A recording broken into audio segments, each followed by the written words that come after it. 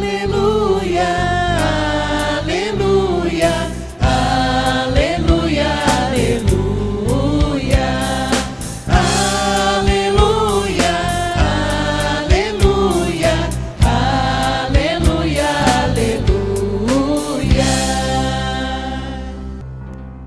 O Senhor esteja convosco. Ele está no meio de nós. Proclamação do Evangelho de Jesus Cristo segundo Lucas. Glória a vós, Senhor.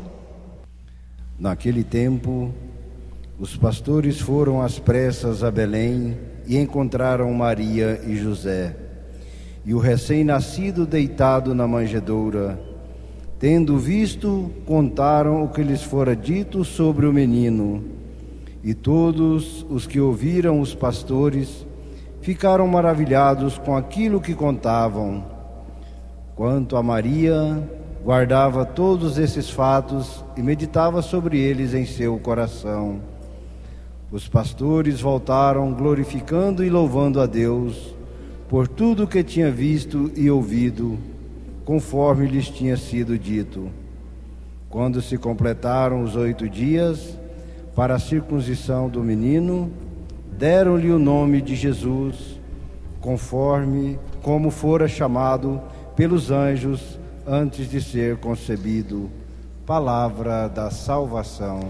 Glória a vós, Senhor. Aleluia, aleluia, aleluia, aleluia, aleluia, aleluia, aleluia, aleluia.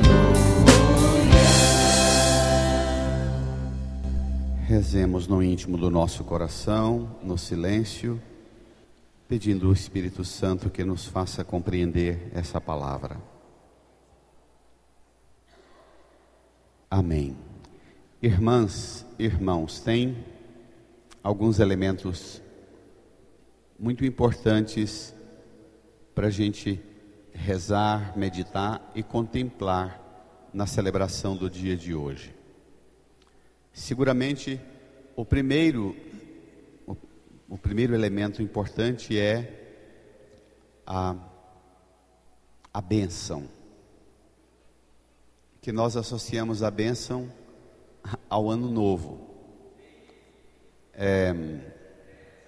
E nós esquecemos que a bênção é, por excelência, Jesus. É Ele a bênção. Às vezes nós empolgamos tanto com a virada do ano, e com as alegrias e com os votos de ano novo, que nós esquecemos que hoje é o 8º dia depois do nascimento, não é? E hoje é o dia em que Jesus é apresentado no templo e é dado a ele o nome de Jesus. Ele é a bênção. A igreja, quando organizou o calendário e pôs o Natal, a celebração do Natal exatamente 8 dias antes, o solstício de inverno, que era a noite mais longa do ano, e 8 dias depois, a celebração do Ano Novo, que se contempla não a virada de um calendário, mas o menino Jesus sendo levado ao templo, circuncidado, e o Evangelho fala, quando se completaram os dias, deram-lhe o nome de Jesus, como fora dito pelo anjo antes de ser concebido. Então, a primeira ideia que eu queria que a gente meditasse é o que é a bênção para nós que cremos.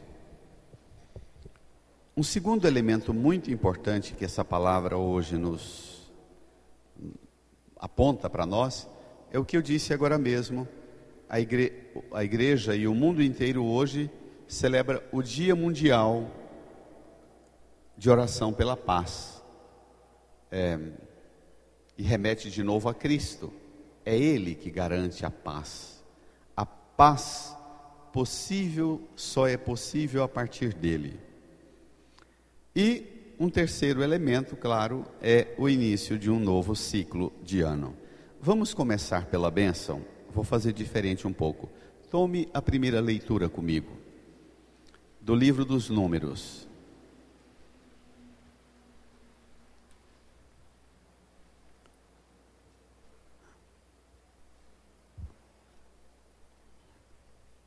O livro dos Números, junto com o livro de Levítico, Deuteronômio, Êxodo e Gênesis, o livro dos Números compõe os 5 primeiros livros da Bíblia, que são chamados livro da lei, ou a lei.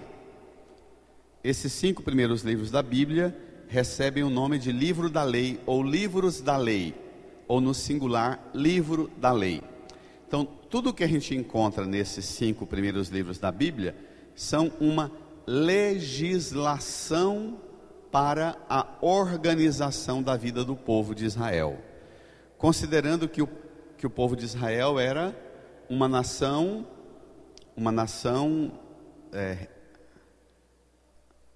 que a Constituição não era o país elaico como nós falamos, não é?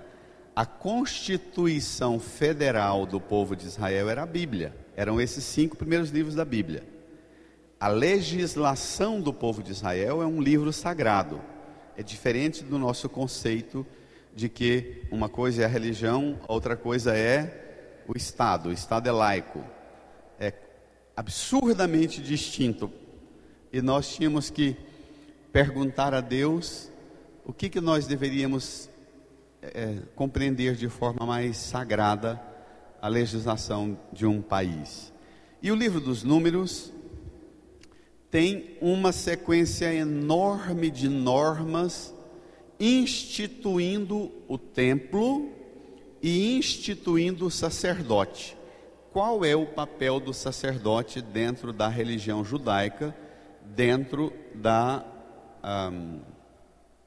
do povo da Bíblia?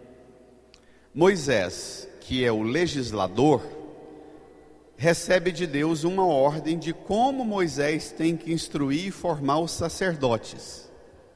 Vamos lá? Tomem. O Senhor falou a Moisés dizendo: fala a Arão e a seus filhos. Arão era um sacerdote, pertencia a uma família sacerdotal. Portanto, fala Arão e a seus filhos: ao abençoar os filhos de Israel, dizei-lhes: o Senhor te abençoe e te guarde. A gente pode levar em conta, Missal, a gente pode levar em conta que Moisés institui como é que deve ser a bênção. A bênção não é espontânea, cada um inventa a sua. Na Bíblia, Deus diz a Moisés e institui os argumentos da bênção e o modo de abençoar. A minha geração de padres era muito criticada para não usar os livros sagrados. Nós chegamos a ter, na minha geração de padres que proclamavam o Evangelho. O diácono deve ter conhecido algum que fazia assim, ia proclamando o Evangelho e enfiava a palavra na proclamação do Evangelho, ia proclamar as leituras, ou na hora da consagração, as orações próprias do missal, põe no altar, as orações, o padre inventava as orações da missa,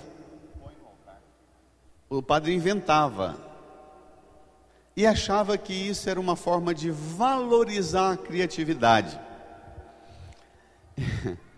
E aí vira uma Babel a igreja, porque cada um inventa a sua. Você imagina que lá, 1250 anos antes de Cristo, Deus diz a Moisés: olha, fala para Arão e para os filhos, que quando for abençoar os filhos de Israel, tem um conteúdo e uma forma. Não é assim, cada um inventa a sua, não. Vamos ver o conteúdo da bênção? O Senhor te abençoe e te guarde. O Senhor faça brilhar sobre ti a sua face e se compadeça de ti. O o Senhor volte para ti o seu rosto e te dê a paz. Continua. Assim invocarão o meu nome sobre os filhos de Israel e eu os abençoarei. Uma coisa muito importante. Deus institui o papel do sacerdote, Arão e os filhos de Arão, como uma mediação para Deus abençoar. Coisa que na tradição dos protestantes, os evangélicos não aceitam. Acha que qualquer um pega a Bíblia, tem o Espírito Santo, abençoa do jeito que quer, não é? Nós católicos não seguimos esse raciocínio. Assim invocarão o meu nome e eu abençoarei.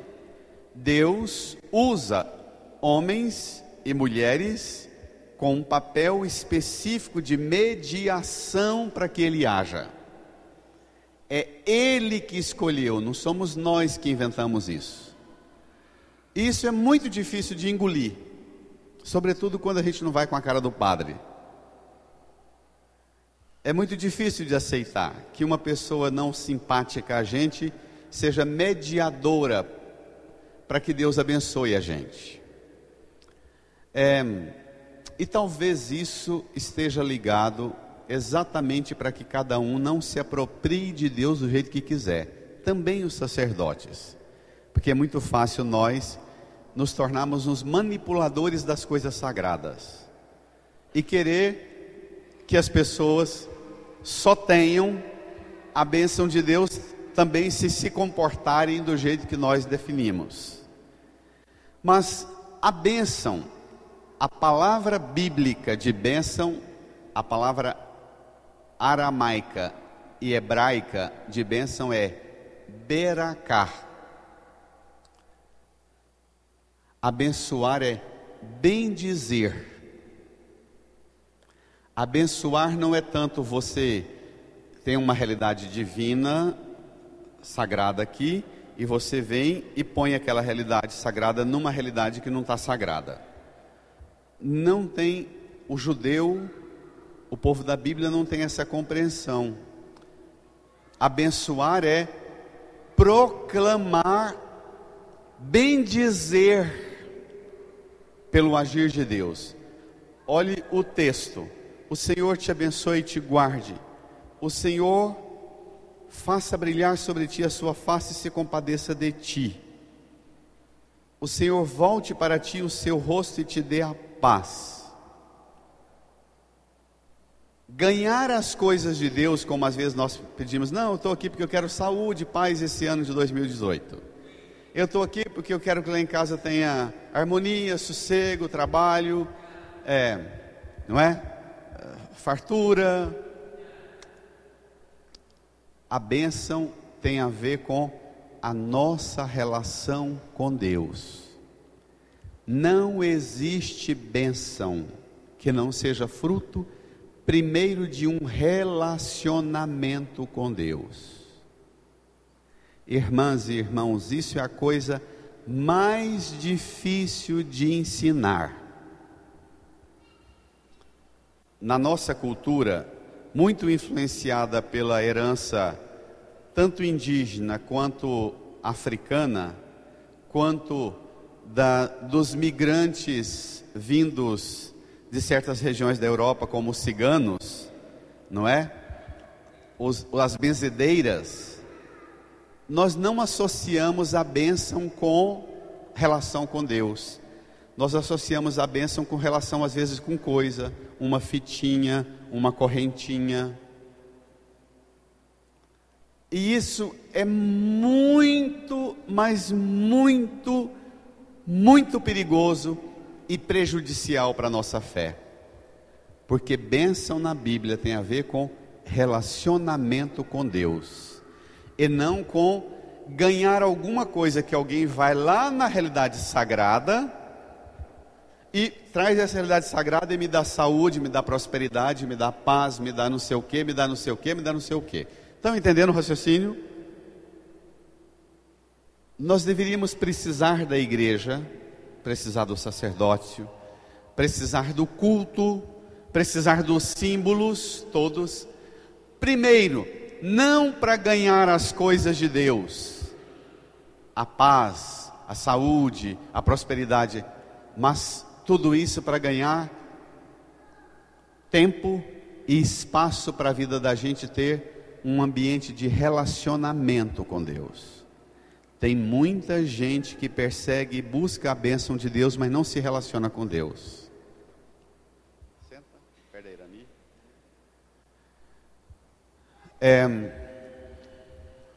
Ainda tem aquelas mães que falam: faz tal coisa, senão o papai do céu não te abençoa. Comporta de tal forma, senão o papai do céu não te abençoa. Aí a criança se relaciona com Deus mais interessada no que ela quer ganhar do que no relacionamento com Deus.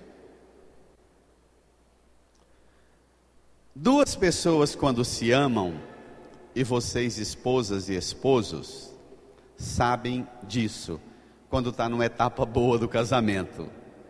Duas pessoas que se amam, às vezes passa o dia inteiro dentro de casa, passa o dia todo dentro de casa, não conversa muito, não fala muito, não fica toda hora fazendo carinho, nem tem uma intimidade necessariamente, mas termina o dia e diz: nossa, mas foi tão bom passar esse dia na sua companhia. Relacionamento é viver na presença de, é viver próximo de.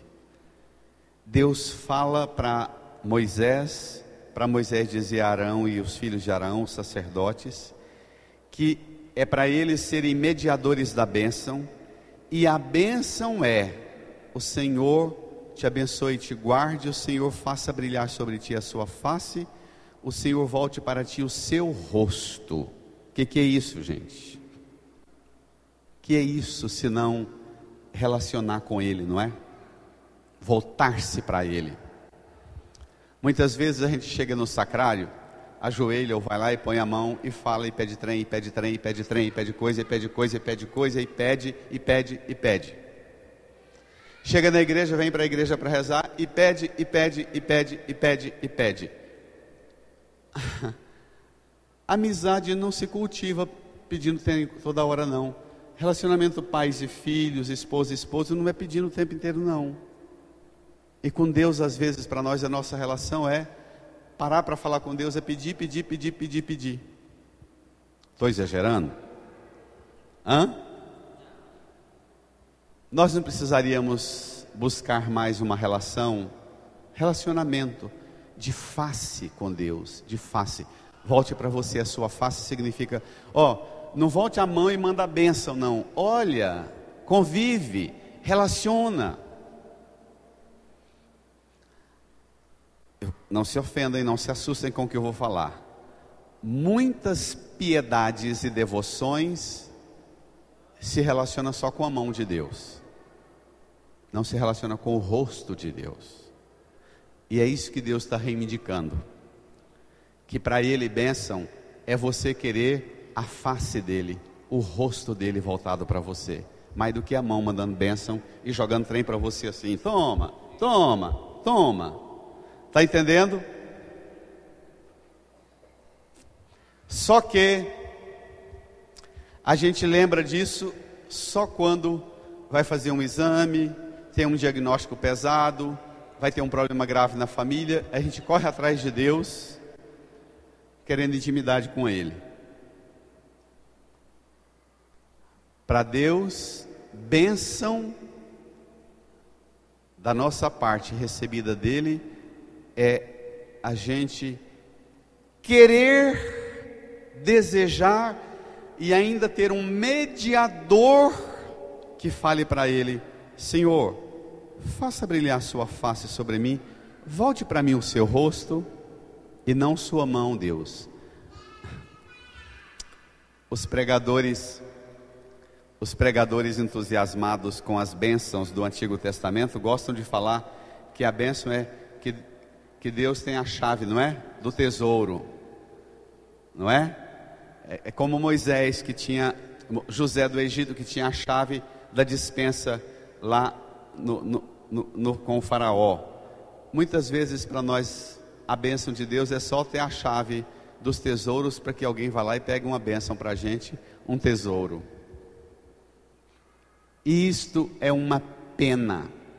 E talvez a gente entenda nessa base, nesse texto, porque é que tem tanta gente dentro da igreja pedindo coisa, pedindo coisa, pedindo coisa, e de coração vazio, e de vida espiritual vazia, e de gestos e atitudes dentro de casa, na escola, no trabalho, no trânsito, tão contrárias às virtudes da fé, porque a gente não se relaciona com Deus. Quando um filho se relaciona bem com o pai, convive bem com o pai, a gente olha para o filho, para a filha com a mãe, a gente diz, nossa, mas é a cópia do pai em tudo, no jeito de fazer as coisas, não é? O semblante, a feição. Quando Deus reivindica que nós deveríamos querer que Ele volte para nós o seu rosto e a face dele brilhe para nós, Ele queria que a gente tivesse em nós o semblante dele, para que as pessoas olhassem para nós e dissessem, nossa, você é a cara do Divino Pai Eterno. Seu jeito de fazer as coisas, sua paciência, sua ternura, sua compaixão é a cara do seu Pai. Mas também os seus sentimentos, não só a sua cara, o seu rosto, mas também os seus sentimentos, que é o que a segunda leitura fala, não é? Vamos lá? Tome comigo a segunda leitura.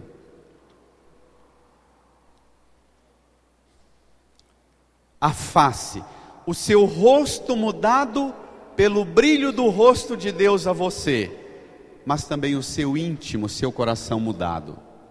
Da carta de Paulo aos Gálatas: irmãos, quando se completou o tempo previsto, Deus enviou o seu filho nascido de uma mulher, nascido sujeito à lei, a fim de resgatar os que eram sujeitos à lei. Resgatar os que eram sujeitos à lei. Resgatar aqueles que eram escravos de práticas religiosas. Se eu não fizer tal rito, Deus não vai me abençoar. Se eu não pagar o dízimo, se eu não der a minha oferta, se eu não for no templo, resgatar. Deus quer libertar a gente desse tipo de relacionamento com Ele. Presta atenção nisso. E tem muitos pregadores e muitos cristãos que buscam a Deus e tem gente que fala para mim assim, sobretudo quando tem uma fase bem lascada da vida, fala, padre, eu queria organizar minha vida, o senhor não tem um livrinho de reza, um livrinho com tudo arrumadinho para eu repetir todo dia, toda hora? E a gente pensa que uma vida de fé ordenada é um monte de regrinha na lei religiosa, você repete aquelas rezinhas besta que o povo põe no banco, reze, mande reproduzir 3.000 e põe em tantas igrejas, já viram, né?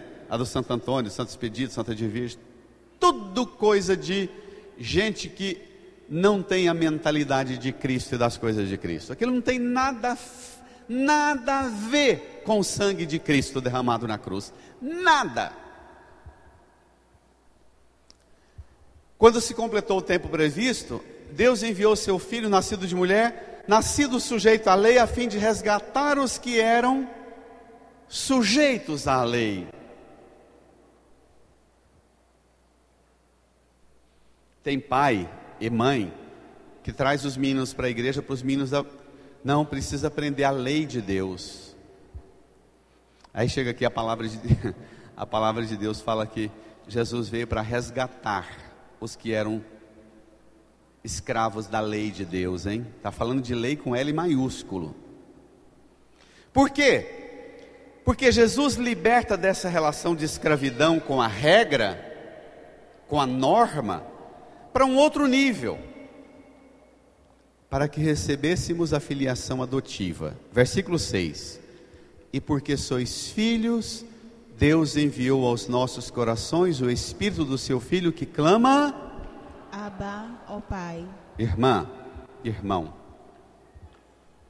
então, tem um Deus que se relaciona com você, que a face dele, o rosto dele brilha para você. Ele volta a face, ele volta o rosto e o rosto dele brilha para você. E dentro de você tem o Espírito Santo que geme, que clama dentro de você: Abá, ó Pai. Não é só uma mudança da casca externa, a face de Deus brilhando. Não é só sentimentos e emoções aqui dentro, é o Espírito Santo instaurado aqui dentro. Quando eu falo com Deus, é o Espírito Santo que fala com Deus a partir de dentro de mim. Eu sou o templo, eu sou o santuário. Em mim e a partir de mim, o Espírito Santo fala com Deus: Abá, ó Pai. Aí,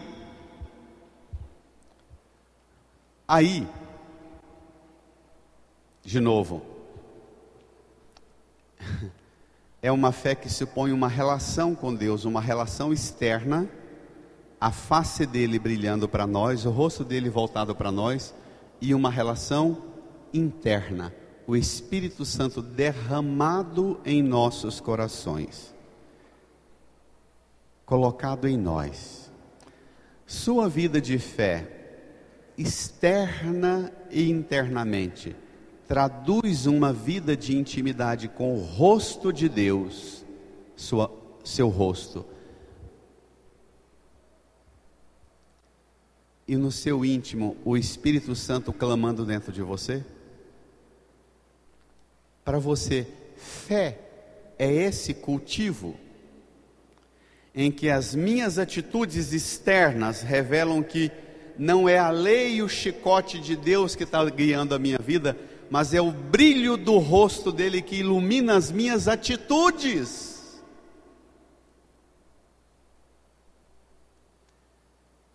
Quando nós relacionamos somente com a mão de Deus ou com o depósito das riquezas de Deus, nós vamos à igreja e a gente vem aqui porque quer que uma água dessa benta caia sobre nós e a gente ganha a bênção que a gente sonha ganhar.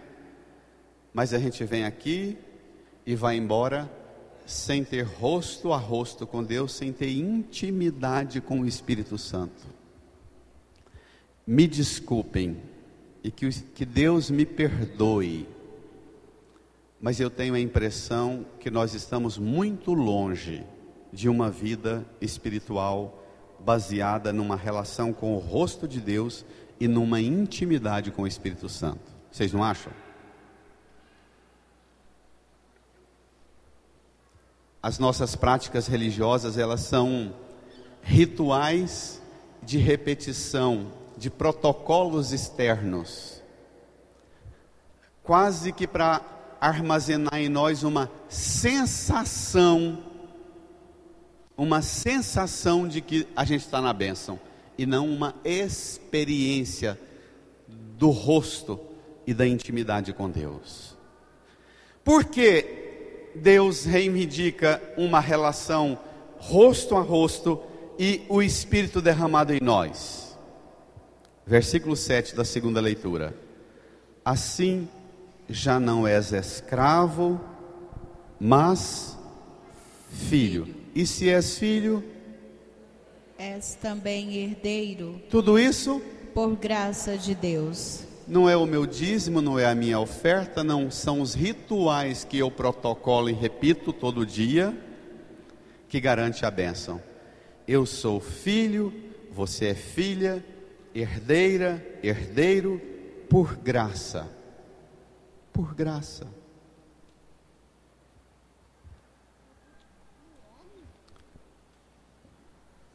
É como um filho bem oprimido pelo pai e pela mãe, que o pai trabalha muito e põe aquela comida boa na mesa, que a mãe faz uma comida saborosa, e o filho morre de medo de tocar.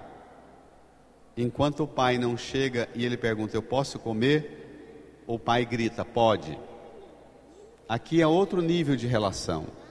Aqui é uma relação com o rosto de Deus e não só com o bolso de Deus, tá bom? Combinado? Uma relação íntima com Deus, e não só uma relação com uma bênção que Ele manda lá do céu para cá.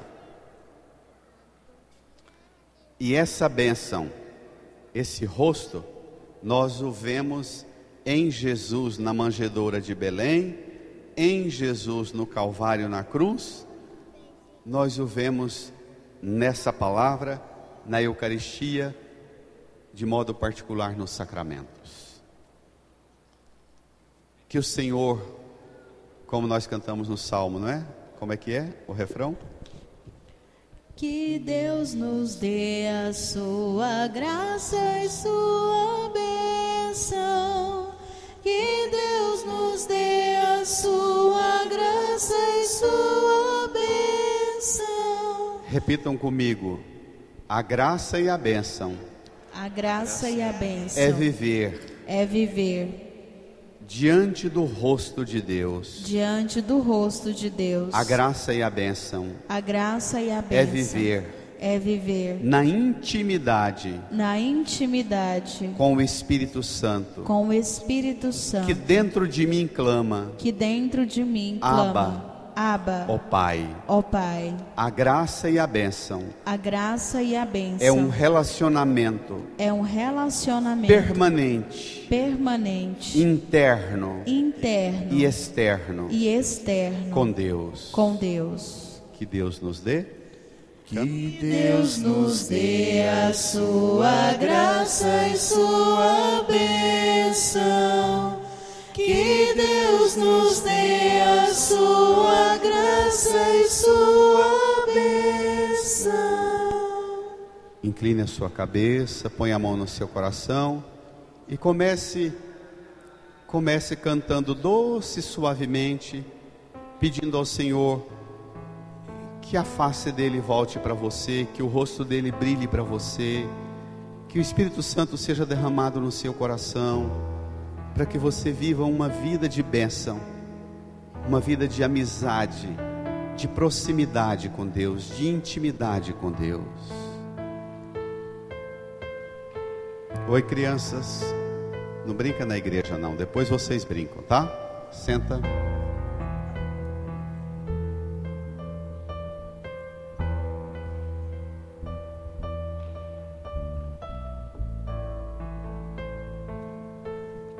Deus nos dê a sua graça e sua bênção.